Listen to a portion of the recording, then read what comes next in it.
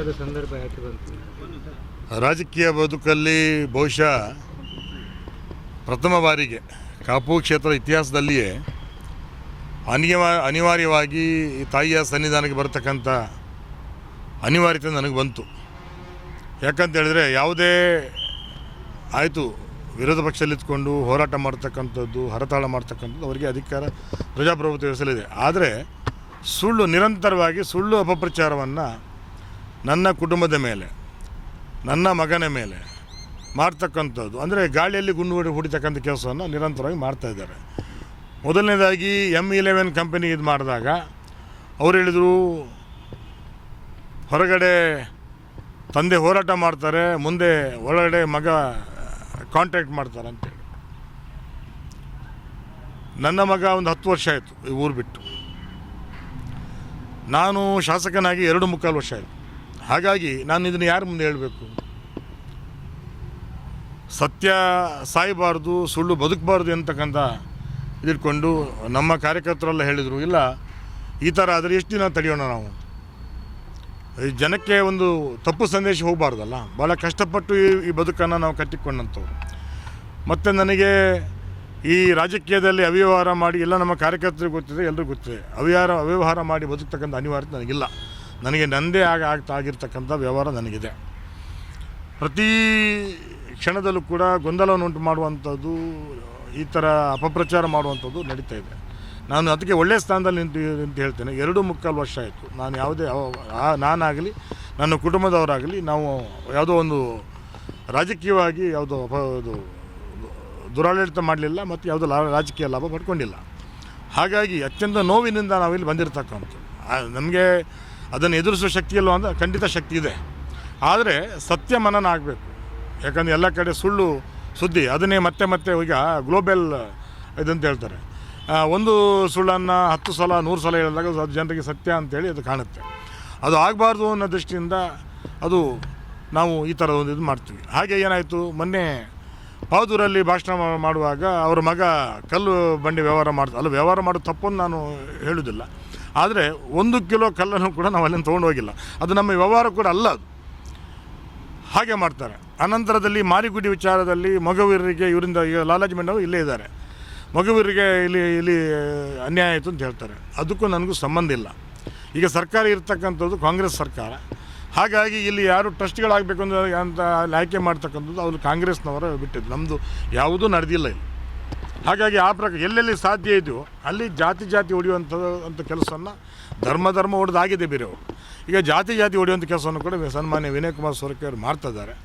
ಹಾಗಾಗಿ ಈ ಸತ್ಯವನ್ನು ಜನರ ಮುಂದೆ ಇಡಬೇಕು, ತಾಯಿಯ ಮುಂದೆ ಇಡಬೇಕು ಅಂತೇಳಿ ಅತ್ಯಂತ ನೋವಿನಿಂದ. ಕಂಬಳದ ವಿಚಾರದಲ್ಲಿ ಕಂಬಳದ ವಿಚಾರದಲ್ಲಿ ನನ್ನ ಹತ್ರ ನಿಮಗೆ ತೋರಿಸ್ತೇನೆ. ನಾವು ಏನು ಮಾಡಿದ್ವಿ, ಒಂದು ಮುಹೂರ್ತ ಅಂತ ಇರ್ತದೆ. ಆ 28ನೇ ತಾರೀಕಿಗೆ ಬೆಳಿಗ್ಗೆ 10:30ಯಿಂದ 11:30 ಅಂತೇಳಿ ಮುಹೂರ್ತ ಅಂತ ಫಿಕ್ಸ್ ಮಾಡ್ತಾರೆ. ನಾವು ಅದನ್ನು ಡಿಸ್ಟ್ರಿಕ್ಟ್ ಇನ್ಚಾರ್ಜ್ ಮಿನಿಸ್ಟ್ರಿಗೆ ಇದು ಮಾಡಿದ್ವಿ, ಅವರಿಗೆ ನಾವು ಬ್ಯಾನರ್ ಹಾಕ್ತೀವಿ ಅಂತ ಹೇಳಿದ್ವಿ. ಅವರೇ ಹೇಳಿದರು, ಇಲ್ಲ ಖಂಡಿತ ಹಾಕಿ ಮಾಡಿ. ಆಮೇಲೆ ಎಲ್ಲರದ್ದು, ಆಮೇಲೆ ವಿನಯ್ ಕುಮಾರ್ ಸೊರಕೆ ಅವ್ರದ್ದು 2-3 ಬ್ಯಾನರ್ ಹಾಕಿದ್ವಿ, ಗಪೂರ್ ಅವ್ರದ್ದು ಬ್ಯಾನರ್ ಹಾಕಿದ್ವಿ, ಮಂಜುನಾಥ್ ಪೂಜಾರಿ ಅವ್ರದ್ದು ಬ್ಯಾನರ್ ಹಾಕಿದ್ವಿ, ಮಂಜುನಾಥ್ ಭಂಡಾರಿ ಅವ್ರದ್ದು ಬ್ಯಾನರ್ ಹಾಕಿದ್ವಿ. ಇನ್ನು ಕಂಬಳ ವ್ಯವಸ್ಥೆ ಹಾಗೆ, ಅದು ಪಕ್ಷಾತೀತವಾಗಿ, ಜಾತ್ಯತೀತವಾಗಿ, ಧರ್ಮಾತೀತವಾಗಿ ನಡೀತಕ್ಕಂಥದ್ದು. ಅದು ಆ ಭಾಗದಲ್ಲಿ ಒಂದು ಕಂಬಳ ಆಗಬೇಕಂದ್ರೆ 2024ರಲ್ಲಿ ನಮ್ಮ ಮಂಜುನಾಥ್ ಭಂಡಾರಿ ಕೂಡ ಒಂದು ಲೆಟ್ರನ್ನು ಕೊಟ್ಟಿದ್ದಾರೆ, ಜಿಲ್ಲಾಧಿಕಾರಿ ಕೊಟ್ಟಿದ್ದಾರೆ. ಹಾಗೆ ನನಗೂ ಕೂಡ ಒತ್ತಡ ಇತ್ತು. ನಾನು DC ಅವರಿಗೆ ಹೋಗಿ ಹೇಳ್ತೇನೆ, ಈ ಥರ ಒಂದು ಕಂಬಳ ಆಗಬೇಕಂದ್ರೆ ಅವ್ರ ಆಸೆ ಇದೆ, ಎಲ್ಲ ಜಾಗ ಕೊಡಿ. 6 ಎಕರೆ 31 ಸೆನ್ಸು ಜಾಗವನ್ನು ಸರ್ಕಾರ ಅದನ್ನು ಕ್ರೀಡಾ ಇಲಾಖೆಗೆ ಮಂಜೂರು ಮಾಡ್ತದೆ. ಮತ್ತೊಂದು ಕಂಬಳ ಸಮಿತಿ ಅಂತ ಮಾಡಬೇಕು, ಅದನ್ನು ನಿರ್ವಹಣೆ ಮಾಡೋರು ಯಾರು ಅಂತ ಪ್ರಶ್ನೆ ಬಂದಾಗ ಜಿಲ್ಲಾಧಿಕಾರಿ ಸೂಚನೆ ಕೊಡ್ತಾರೆ, ಒಂದು ಕಂಬಳ ಸಮಿತಿ ಅಂತೇಳಿ ಮಾಡಿ. ಅಲ್ಲಿ ಏನು ಮಾಡ್ತೀವಿ, MP ಇದ್ದಂಥವ್ರು ಯಾರು, ಈಗ ಅಲ್ಲಿ MLA ಯಾರು ಇರ್ತಾರೋ, ನಾಳೆ ಸೊರಕೆ MLA ಆದರೆ ಅವರೇ ಅದಕ್ಕೆ ಅಧ್ಯಕ್ಷರಾಗಿರ್ತಾರೆ. ಅನಂತರ MP ಆದವರು ಅದಕ್ಕೆ ಗೌರವಾಧ್ಯಕ್ಷರಾಗಿರ್ತಾರೆ. ಮತ್ತು ಇವರೆಲ್ಲರೂ ಕೂಡ, ಈಗ ಮೇಡಮ್ ಅವರು ಕೂಡ ಅದು ಗೌರವಾಧ್ಯಕ್ಷರು, ಸೊರಕೆಯವರು, ಲಾಲಾಜಿ ಮಂಡನವರು, ಮಂಜುನಾಥ್ ಭಂಡಾರಿ ಅವರು ಪಕ್ಷಾತೀತವಾಗಿ ನಡಿಬೇಕು. ದೊಡ್ಡ ವ್ಯವಸ್ಥೆ ಅದು. ಆ ನಿಟ್ಟಿನಲ್ಲಿ ಈಗಾಗಲೇ 40 ಲಕ್ಷ ರೂಪಾಯಿ ನಾವು ಖರ್ಚು ಮಾಡಿದ್ದೀವಿ. ಆ ಕೊನೆಯ ದಿವಸ, ಮೊದಲನೇ ದಿವಸ ರಾತ್ರಿ ಒಂದು ವಾಟ್ಸಪ್ಪಲ್ಲಿ ಬರುತ್ತೆ, ಈಗ ಅದನ್ನು 4ನೇ ತಾರೀಕಿಗೆ ಮುಂದೂಡಲಾಗಿದೆ, ಸ್ವಾಗತ ಬಯಸುವರು ವಿನಯ್ ಕುಮಾರ್ ಸೊರಕೆ ಮಾಜಿ ಸಚಿವರು ಅಂತೇಳಿ. ನಮಗೆಲ್ಲ ಗೊಂದಲ ಉಂಟಾಗ್ತದೆ. ಕೊನೆಗೆ SP ಅವರು ಮಾರನೇ ಬೆಳಿಗ್ಗೆ ಫೋನ್ ಮಾಡ್ತೇವೆ, 144 ಸೆಕ್ಷನ್, ಅದು 9:45ಗೆ 144 ಸೆಕ್ಷನ್ ಆಗ್ತೀವಿ ಅಂತೇಳಿ. ಸರ್ ನಾವು ಅಲ್ಲಿ ಮುಹೂರ್ತ ಯಾರನ್ನೂ ಕಾಯೋದಿಲ್ಲ, ಯಾವ ಮಂತ್ರಿಯನ್ನು ಕಾಯುವುದಿಲ್ಲ, ಯಾವ ಮುಖ್ಯಮಂತ್ರಿನೂ ಕಾಯುವುದಿಲ್ಲ. ನಾವು ಭಾಳ 1 ತಿಂಗಳ ಮುಂಚೆ ಅದನ್ನು ಮುಹೂರ್ತ ಇಟ್ಟು ಸುಮಾರು ಇದು 9 ತಿಂಗಳ ಪ್ರೋಸೆಸ್ ಇದು. ಅದು ವಿ ಎಯಿಂದ ತಹಶೀಲ್ದಾರ್ಗೆ, ತಹಶೀಲ್ದಾರನ್ನು ಎಗೆ, ಎ ಸಿಗೆ, ಎ ಸಿಯಿಂದ ಜಿಲ್ಲಾಧಿಕಾರಿಗೆ ಹೋಗಿ ಕೊನೆಗೆ ಅದು ಮಂಜೂರಾಗಿರ್ತಕ್ಕಂಥ. ಇದು ಕೊನೆಯ ಕ್ಷಣದಲ್ಲಿ ಈ ಥರ ಗೊಂದಲ ಉಂಟಾಯಿತು. ನಮಗೆ ಅಲ್ಲಿ ಯಾರನ್ನ ಬಿಟ್ಟು ಮಾಡಬೇಕು ಅಂತ ಏನಿಲ್ಲ, ನಾವು ಎಲ್ಲರನ್ನ ತೊಗೊಂಡು ಕಂಬಳ ಅಂದರೆ ಎಲ್ಲ ಕಡೆಯಲ್ಲಿ ನೋಡಿ. ಅದಕ್ಕೆ ಸರ್ಕಾರಿ ಜಾಗದಲ್ಲಿ ಯಾರು ಇದು ಮಾಡ್ತಾರೋ ಅದಕ್ಕೆ ಅಲ್ಲಿ ಶಾಸಕರೇ ಇಲ್ಲಿ ಅಧ್ಯಕ್ಷರಾಗಿರ್ತಾರೆ. ಮೊದಲು ಗೋಪಾಲ್ ಭಂಡಾರಿಯವರು ಇಲ್ಲಿ ಕಾರ್ಕಳದಲ್ಲಿ ನಿಯಾರಲ್ಲಿ ಮೊದಲು ಅವರು ಪ್ರಾರಂಭ ಮಾಡಿದ ಕಂಬಳ ಅದು. ಕೊನೆಗೆ ಈಗ ಸುನೀಲ್ ಕುಮಾರ್ ನೀವು ನೋಡಿದ್ದೀರಿ, ಸುನೀಲ್ ಕುಮಾರ್ ನೇತೃತ್ವದಲ್ಲಿ ಕಂಬಳ ನಡೀತದೆ. ಎರಡನೇದಾಗಿ ಮೂಡುಬಿದ್ರೆಯಲ್ಲಿ ಅಭಯ್ ಚಂದ್ರ ಜೈನ್ ಇರುವಾಗ ಅವರು ಅಧ್ಯಕ್ಷ ಆಗಿದ್ದರು. ಈಗ ಸನ್ಮಾನ್ಯ ಉಮಾನಾಥ್ ಕೋಟಿಯನ್ನು ಮಾಡ್ತಿದ್ದಾರೆ, ಮತ್ತು ಅವ್ರು ಎಲ್ಲರೂ ಬರ್ತಾರೆ. ಈಗ ಮೊನ್ನೆ ಉಮಾನಾಥ್ ಕೋಟಿಯನ್ನು ಮಾಡಿದ ಇದಕ್ಕೆ ಅಭಯ್ ಚಂದ್ರ ಜೈನ್ ಅವರು ಬಂದು ಅವ್ರು ಹೇಳಿದ ಒಳ್ಳೆಯ ಒಂದು ಈ ಥರ ನನ್ನ ಕೈಯಲ್ಲಿ ಮಾಡಲಿಕ್ಕೆ ಆಗಿಲ್ಲ, ಬಟ್ ಇವು ನನಗೆ ಖುಷಿಯಾಗಿದೆ ಅಂತ ಹೇಳ್ತಾರೆ.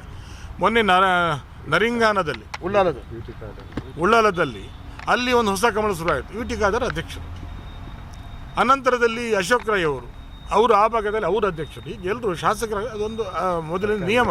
ಸರ್ಕಾರಿ ಜಾಗದಲ್ಲಿ ಯಾರೇ ಮಾಡಲಿ ಅದು ನಿಯಮ. ಮತ್ತು ಎಲ್ಲರನ್ನ ಮಾಡಿಸ್ಕೊಳ್ಬೇಕು ಅಂತ ಮೊನ್ನೆ ನಾವು ಅಲ್ಲಿ ಫ್ಲೆಕ್ಸ್ ಹಾಕಿದ್ವಿ, ಬ್ಯಾನರ್ ಹಾಕಿದ್ವಿ. ಮತ್ತು ನಾನು ಜಿಲ್ಲಾಧಿಕಾರಿ ಹೇಳಿದೆ, ಮೇಡಮ್ ಇದು ಯಾವುದೇ ವೈಯಕ್ತಿಕ ಇದರಲ್ಲಿ ಇಲ್ಲ, ಆದರೆ ಒಂದು ಮುಹೂರ್ತ ಅಂತ ಇರುತ್ತೆ.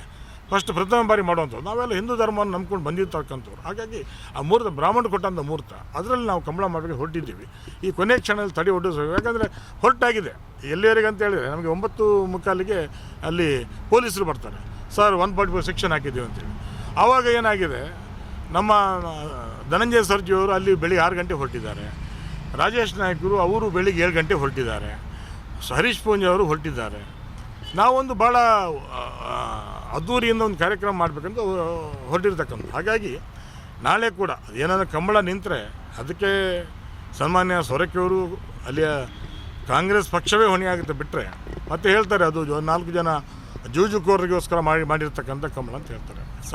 ಈಗ ಆ ಥರ ಮಾತಾಡಬಾರ್ದು. ಅದು ನಮ್ಮ ಪರಂಪರೆ ಇರ್ತಕ್ಕಂಥ ಕಂಬಳ. ಅದು 4 ಜನ ಜೂಜುಗಾರ ಸೇರ್ಕೊಂಡು ಮಾಡಿರ್ತಕ್ಕಂಥ ಕಂಬಳ ಅಂತೇಳಿ ಅವರು. ನಿಮ್ಮ ಮಗ ಅಲ್ಲಿ ನಿಮ್ಮ ಮೇಲೆ ಏನಾದ್ರು ವೈಯಕ್ತಿಕ ಮಾತಾಡಿದ್ದಾರೆ? ಯಾರು ನಿಮ್ಮ ಮೇಲೆ ಏನಾದ್ರು ವೈಯಕ್ತಿಕ ಮಾತಾಡಿದ್ದಾರೆ? ನಿಮ್ಮ ಮಗನ ವಿಚಾರ ಆಯಿತು. ಹಾಂ, ಈಗ ಗಣಿ ವಿಚಾರ ಹೇಳಿದರು. ಅಲ್ಲಿ ಬಳ್ಳಾರಿಯಲ್ಲಿ ಗಣಿ ಇದೆ ಅಂತೇಳಿ. ಖಂಡಿತ ನಾನು ವ್ಯವಹಾರ ಗಣಿಲಿತ್ತು. 97 ಕಂಪನಿಗಳ ಮೇಲೆ ಸರ್ಕಾರ ಇದು ಮಾಡಿದ್ದಾರೆ. ಎಲ್ಲವೂ ಕೂಡ ಕೋರ್ಟಲ್ಲಿದೆ, ಯಾರಿಗೂ ಶಿಕ್ಷೆ ಆಗಿಲ್ಲ. ಈಗ ನಾವು ಎಲ್ಲ ದಾಖಲೆ ಪೂರಕ ದಾಖಲೆ ಇದು ಮಾಡಿದ್ವಿ. ಆಮೇಲೆ ಪರ್ಮಿಟ್ ಅಂತ ಕೊಡ್ತಾರೆ. ನಮ್ಮದು we are the only company to surrender the permit to the government of Karnataka.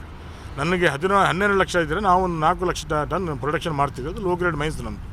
8 lakh ಟನ್ನನ್ನು ನಾವು ಸರ್ಕಾರಕ್ಕೆ V are the only company in Karnataka surrender ಮಾಡಿರ್ತಕ್ಕಂಥ. ಹಾಗೆ ಉಲ್ಲೇಖಿಸಿ ಮಾತಾಡಿದ್ದಾರೆ. ಅದನ್ನು ಉಲ್ಲೇಖಿಸಿ ಹೌದು. ಮತ್ತು ಅದನ್ನು ನಾನೇ ಕೊಟ್ಟಂಥ ಅಫಿಡೇವಿಟ್. ಅದು ಎಲೆಕ್ಷನ್ ಟೈಮಲ್ಲಿ ನಾನೇ ಯಾವುದು ಮುಚ್ಚಿಟ್ಟಿಲ್ಲ, ಮುಚ್ಚಿಡಬಾರ್ದು. ನಾನೇ ಕೊಟ್ಟಂಥ ಅಫಿಡೇವಿಟ್. ಅದನ್ನ ಇಟ್ಕೊಂಡು 83 ಕೋಟಿ ನಮಗೆ ಕ್ಲೈಮ್ ಮಾಡಿರೋದು 2 ಕೋಟಿ ರೂಪಾಯಿ ಫೈನ್ ಕಟ್ಟುವುದಿಲ್ಲ ಅಂತ ಹೇಳಿದ್ವಿ ನಾವು. ಕೋರ್ಟಲ್ಲಿ ಫೈಟ್ ಮಾಡ್ತೀವಿ, ಕಟ್ಟುವುದಿಲ್ಲ ಅಂತ ಹೇಳಿದ್ವಿ ನಾವು. ಹಾಗಾಗಿ ಅದು ಕೋರ್ಟಲ್ಲಿ ನಡೀತದೆ. ಒಂದಕ್ಕೆ ಕೋರ್ಟ್ ಸ್ಟೇ ಸಿಕ್ಕಿದೆ. ನೀವು ಇಲ್ಲಿ ಬಂದು ಮಾಡಿದ್ದೇನು ಪ್ರಾರ್ಥನೆಯ ಪ್ರಮಾಣವ?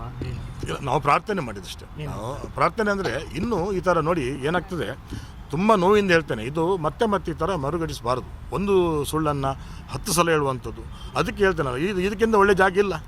ಅವ್ರು ಮೊನ್ನೆ ಯಾರು ಹೇಳ್ತಿದ್ರು, ಒಂದು ರಸ್ತೆ ಬದಿ ಮಾರಿಯಮ್ಮ ಅಂತೇಳಿ ಪತ್ರಿಕಾಗೋಷ್ಠಿ, ನೀವೆಲ್ಲ ಇದ್ರಿ ಬಹುಶಃ. ಇದು ರಸ್ತೆ ಬದಿ ಮಾರಿಯಮ್ಮಲ್ಲ, ತಲಾಂತರದಿಂದ ಅನಾದಿಯಿಂದ ನಮ್ಮ ಕುಟುಂಬಸ್ಥರು ನಮಗೆ ಬಂದಿರತಕ್ಕಂಥದ್ದು. ಹಾಗಾಗಿ ಒಂದು ಸತ್ಯದರ್ಶನ ಮಾಡಿಸ್ಬೇಕನ್ನೋ ದೃಷ್ಟಿಯಿಂದ ನಮ್ಮ ಎಲ್ಲ ಹಿರಿಯರು ಹೇಳಿದರು, ನಮ್ಮ ಕಾರ್ಯಕರ್ತ ಬಂಧುಗಳು ಹೇಳಿದರು, ಇಲ್ಲ ಇದು ಇದಕ್ಕೊಂದು ಒಂದು ಕಾಣಬೇಕಂದ್ರೆ ಇನ್ನೂ ಮಾಡಿದರೆ ಆ ತಾಯಿ ನೋಡ್ಕೊಳ್ತಾರೆ. ನಾವು ನಂಬಿರ್ತಕ್ಕಂಥ ತಾಯಿ ನೋಡ್ಕೊಳ್ತಾರೆ.